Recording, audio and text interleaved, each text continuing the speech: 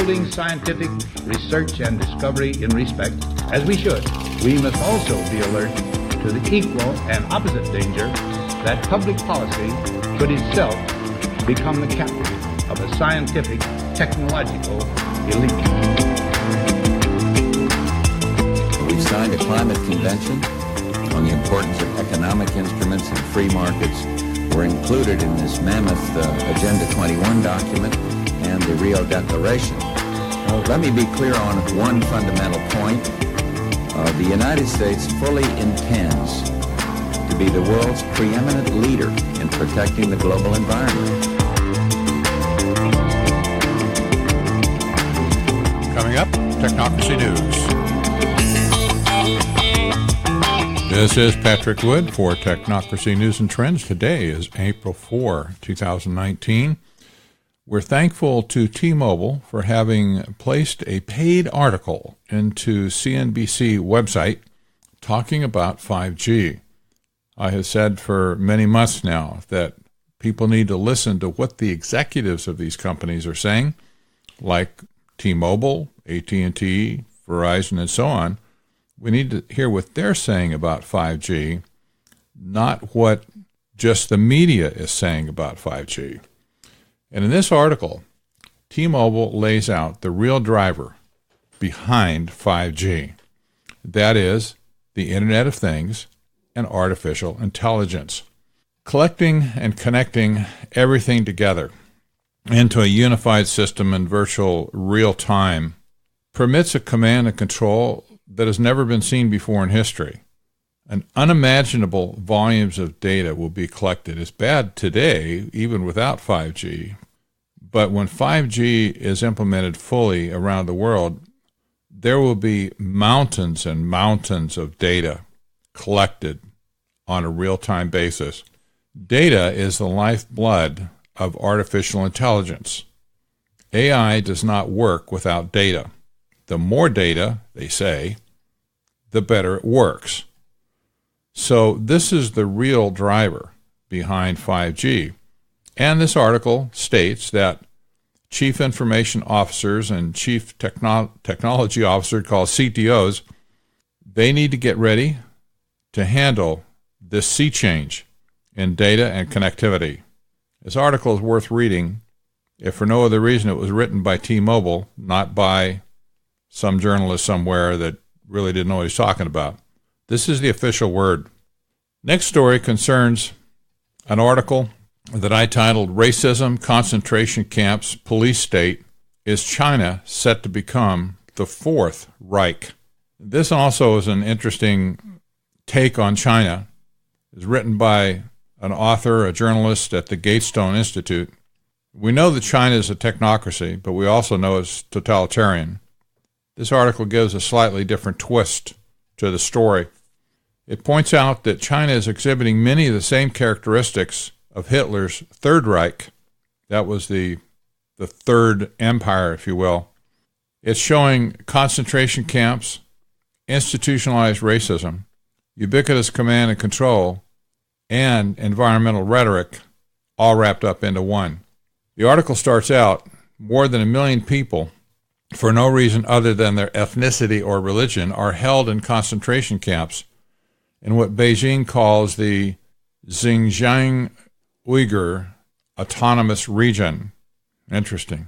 Families in this troubled area, shown on maps in the northwestern portion of the People's Republic of China, are being torn apart. The children are imprisoned. Parents are confined to schools. Well, this is a kind of thing that happened in Nazi Germany, too. That's probably where the comparison ends, but this is an important article to check out.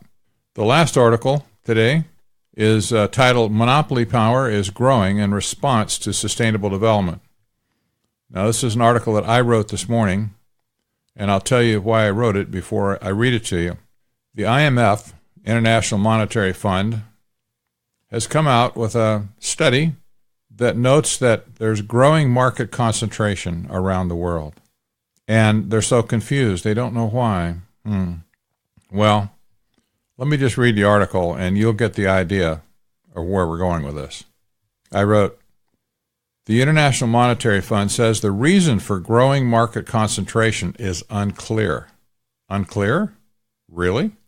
A prominent financial publication, MarketWatch, stated, quote, growing monopoly power is seen across the developed world, which could be a contributor to ills ranging from lackluster investment growth to growing income inequality. So says a new International Monetary Fund report.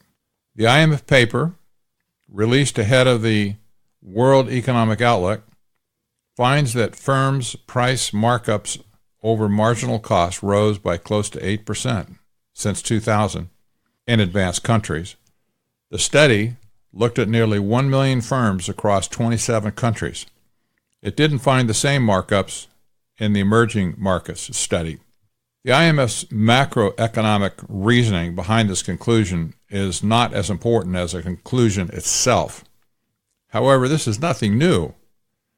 Consolidation toward outright monopolies has been going on ever since the early 1970s, when the Trilateral Commission first announced their new international economic order.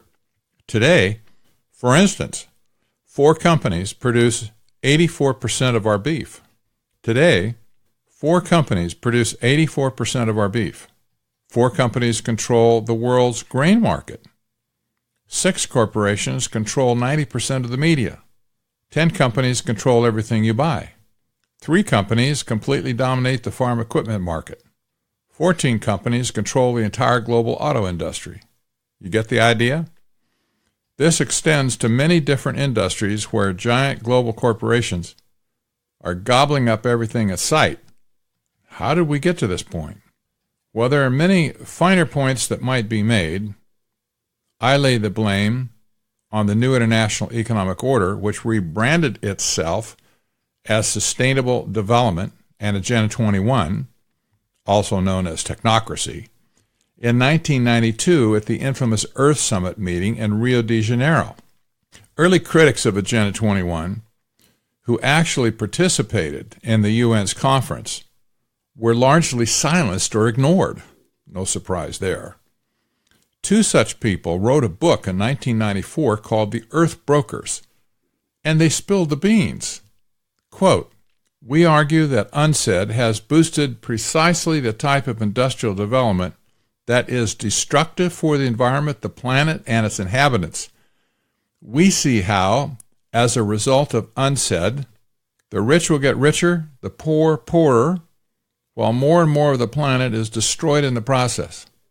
UNCED is the acronym for the meeting. It stands for the United Nations Conference on Economic Development. That was their official name for the Earth Summit that produced Agenda 21.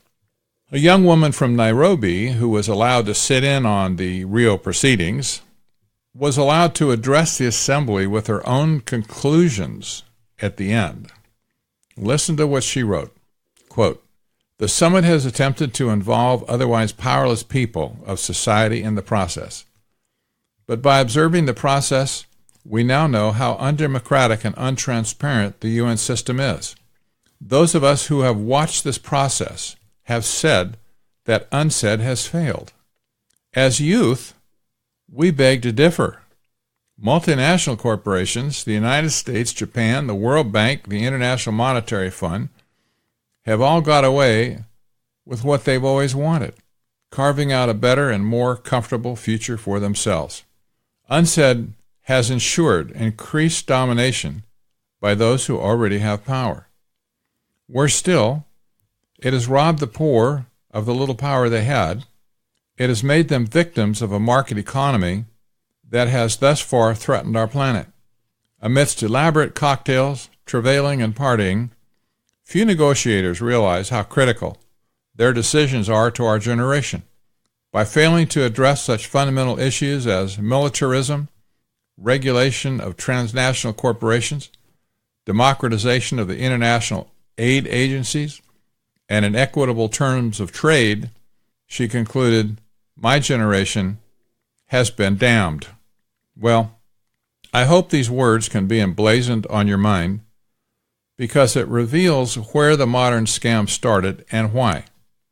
The IMF knows full well why monopolies are growing throughout the world, why the middle class is disappearing, and why wealth inequality is at the highest level ever. Of course, all of the sordid details of this deception, this grand deception, are contained in Technocracy Rising, the Trojan Horse of Global Transformation, and Technocracy, the Hard Road to World Order. Many other people have pegged Agenda 21 and Sustainable Development over the years for exactly what it is, a con and a fraud and a scam. It's nothing more. The intention was for the rich to get richer and for the poor to get poorer. It had nothing to do with eliminating poverty throughout the world.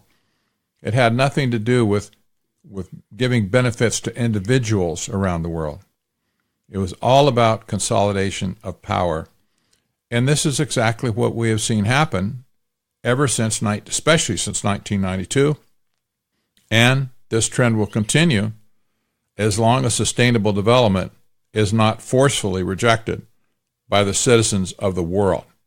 If they want to have a future, if we want to have a future, I suggest the time to reject the United Nations, Sustainable Development, Agenda 21, also known as Technocracy, is now.